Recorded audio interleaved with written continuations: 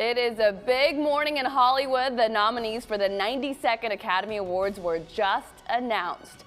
9 films were nominated for Best Picture. Here's the complete list. Ford vs. Ferrari, The Irishman, Jojo Rabbit, Joker, Little Women, Marriage Story, 1917, Once Upon a Time in Hollywood, and Parasite. All right, joining us now to talk about this is senior reporter from The Hollywood Reporter, Rebecca Sun. Welcome back. Thank you so much. This is always a fun conversation to have with you. I guess we'll start with any surprises coming off the top. I'm surprised that J-Lo was snubbed, for Best Supporting Actress. She was, Hustler, right? When Hustlers came out, it was definitely kind of an expectation that we would see her. We're not going to see some stars. I mean, I was thinking, Beyonce did a song for The Lion King, Taylor Swift did a song for Cats, which was absolutely the only nomination I thought Cats might get. But poor Cats. They did so much work to be going down like this. So much work. Robert De Niro, legendary actor, delivering what some consider one of the best performances in his career for The Irishman, has not gotten Best Actor nominations throughout the award season. He didn't get a Golden Globe nom. He didn't get SAG. I think it's just because Best Actor was such a competitive and crowded category this year. Right. Joaquin Phoenix, of course, for the Joker, which had an incredible, or is having 11, an incredible year already. Yeah, and it leads the Oscars. It leads the field with 11 nominations, the most of any film. Best Picture, Best Director, Best Actor, all the way down the board. I don't think it's going to come away with the most Oscars, but definitely a big contender. Curious because you said De Niro got snubbed. Who else is in the Best Actor? We've got Adam Driver, Marriage Story, Joaquin Phoenix, like you mentioned. There is, it was Jonathan Pryce from The Two Popes. Antonio Banderas got one for Pain and Glory, which is, he's a frequent collaborator with Pedro Almodovar. And for those who saw that film, it is an amazing performance. And I'm missing somebody, and I don't remember because I've named so many names. But Adam Sandler did not get a nomination, and neither did Eddie Murphy. Two funny guys who do great dramatic work whenever they do. Very interesting. I guess it depends on who else is nominated or what else is out, right? Yeah, in terms exactly. Of people like De Niro.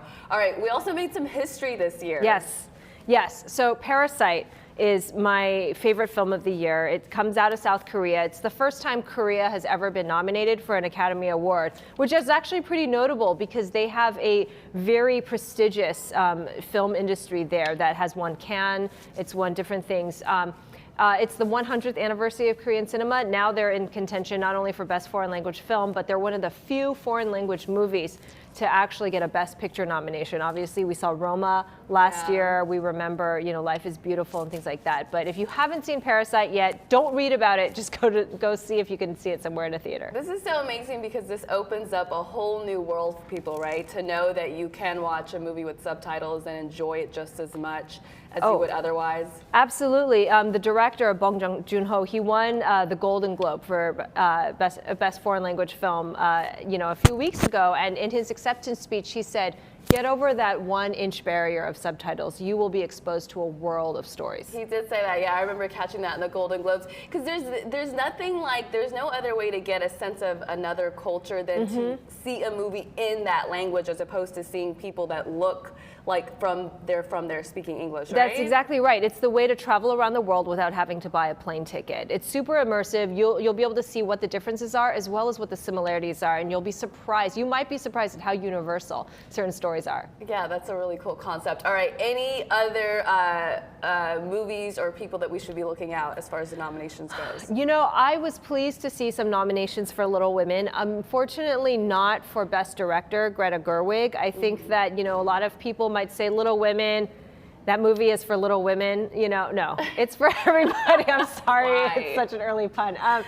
But I think that's a good one. If you haven't seen 1917 yet, because it just came out in theaters over the holidays, it's a pretty phenomenal feat of filmmaking. It looks like it was all done in one tracking shot, which is incredible because it's a war movie. Yeah, it's been compared to Dunkirk, right? It's been compared to Dunkirk. It's like Dunkirk without camera cuts, so it's really pretty amazing. Amateur question for you, Knives Out, did it miss the cut or did it just not get some play this year? I thought it was an amazing movie. I'm glad you liked it. Well, what's amazing is that even though it didn't, I don't think it got the big ticket. I mean, I think Rian Johnson has been nominated. I think it was in Screen screenplay or something. Gotcha, best screenplay. You know, it's certainly, especially for the genre where it's not like a serious drama, you know, it's gotten some love throughout award season. I'm glad that you loved it. It's such an original piece of filmmaking. So hopefully just even being in that conversation will drive some more audience members to it. Yeah, I thought it was a really fun ride. All right, Rebecca, thank you so much for your time.